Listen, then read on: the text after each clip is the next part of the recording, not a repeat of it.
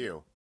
I have been doing a lot of work in the last 24 hours on stories that people didn't see clearly because we've been so fixated on the Republican and Democratic presidential contest between President Trump and President-elect Biden. We have been focused in on that and the challenges to it and the controversy surrounding it, and of course, Georgia.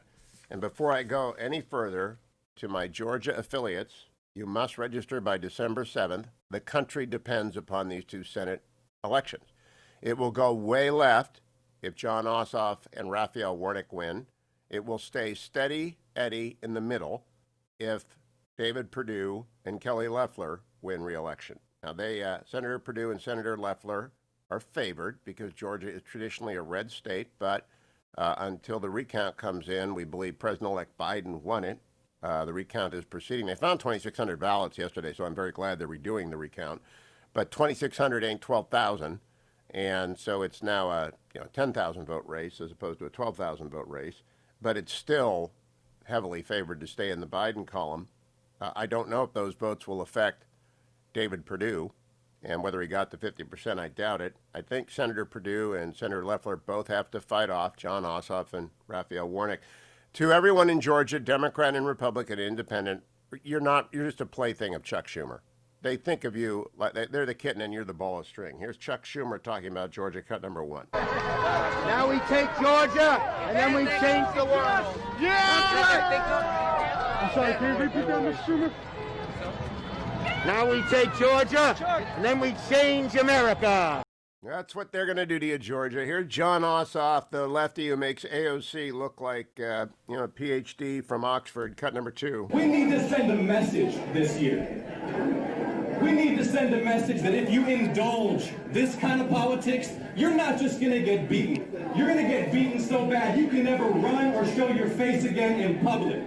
Because we have had enough, absolutely enough, of what we are getting from Donald Trump and his fellow travelers right now.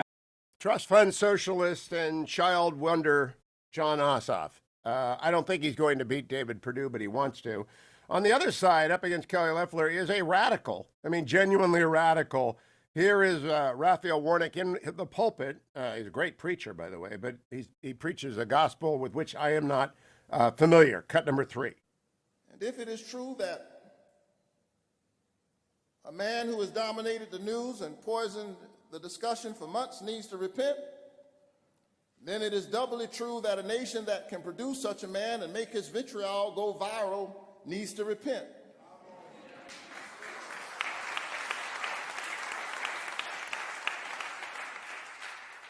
No matter what happens next month, more than a third of the nation that would go along with this is reason to be afraid. America needs to repent for its worship of whiteness on full display this season. How is it that you can insult everybody, call Muslims something other than children of God, call Mexicans murderers and rapists, insult the disabled? How is it you can insult everybody, but then one weekend somebody discovers in the recording that you insult those whose daughters and wives look like those who have been supporting you, and then all of a sudden we can't take it anymore. We gotta repent for the worship of whiteness. I just don't believe Raphael Warnock represents the majority in Georgia. We will see. You have to register by December 7th. You have to vote on or before January 5th, Georgia. The biggest story that has not been covered is redistricting, and I'll explain it to you right now. Every 10 years, the census is taken by order of the Constitution.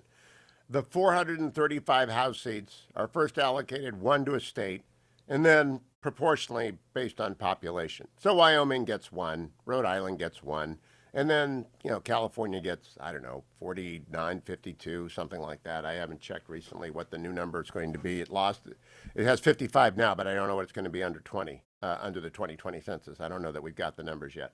And then each state draws up, based upon its allocation of House seats and the number of state representatives and senators that it has, they draw up maps for the districts that those individuals represent. There are congressional maps and there are state legislature maps. And those are done by constitutional direction by the state legislatures. Now, the state legislatures may also require the governor to sign off on them, or some states have elected to go to independent commissions, which I don't believe are constitutional, but which have thus far survived constitutional challenge. But there's a mix of this. 2 years ago, led by, quote, former Attorney General Eric Holder, close quote. I should have put lead in quote because he didn't do a very good job. Democrats set out to flip state legislative chambers. And at the end of the day, over at my Twitter account and Parler account, you will find an article from the Association of Equipment Managers, AEM. The status quo remains. State legislative election results. And it gives you the 2021 state legislature makeup. And the much anticipated blue wave did not arrive. In fact, the Republicans picked up 2 chambers. The Republicans now control the congressional district lines for 181 districts compared to 76 districts controlled by the Democrats. Got it? That is where, in the purely partisan states, Republicans have 181 districts to draw. Democrats have 76 districts to draw. And you should note that they did not win a single legislative chamber. In fact, they lost 2 legislative chambers. They went backwards. And thus, the only places where Democrats control redistricting are Virginia, Oregon, Nevada, Colorado, New Mexico, Illinois, New York, Maine, Vermont, Massachusetts, Rhode Island, Connecticut, New Jersey, Delaware, and Maryland. They do not control it in Virginia and California and Arizona because of redistricting commissions. Those are in place there. So Virginia just voted that in. The Virginia Democrats finally got control of the state house in the last elections, and they just voted away the ability to redistrict. So who knows what's going to happen in those 3 states, because the commissions typically are manipulated by Democrats, but they have a little more shame when it comes to partisan redistricting. They're not supposed to be partisan redistricting, whereas all the other states are supposed to be partisan redistricting. I believe in partisan redistricting, provided it is one person, one vote, and there is no unconstitutional use of race in the drawing of the lines. You can draw lines with R&D. You can draw lines using past voting patterns. You can draw lines based upon top of the ticket. You can draw lines based on likely outcome.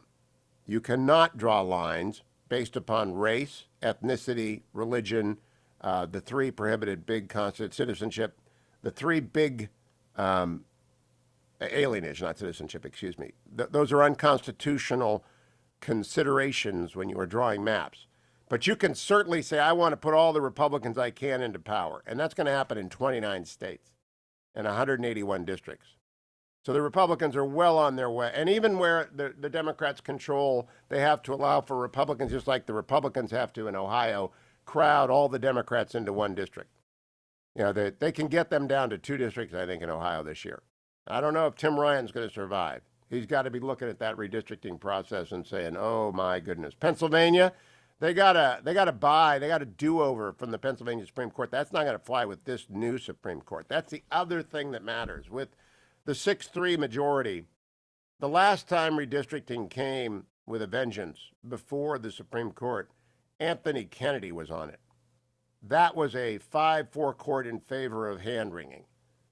Now we have a 6-3 court in favor of that's not our job. That's just put bluntly, as I teach common law. We had a 5-4 court that said, oh my gosh, what are we going to do?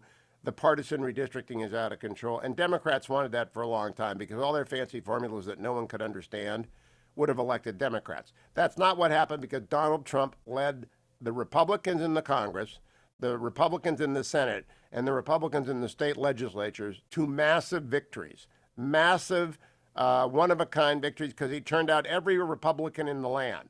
Now, some of them didn't vote for him. A total of 45,000 votes in 3 states, Wisconsin, Arizona, and Georgia, separate him from re-election. But he won every down-ballot race, almost every race, except Martha McSally in Arizona and Cory Gardner in Colorado. He won everywhere else. It was a big night for Donald Trump. I'll be right back, America and the Republicans. It's the Hugh Hewitt Show.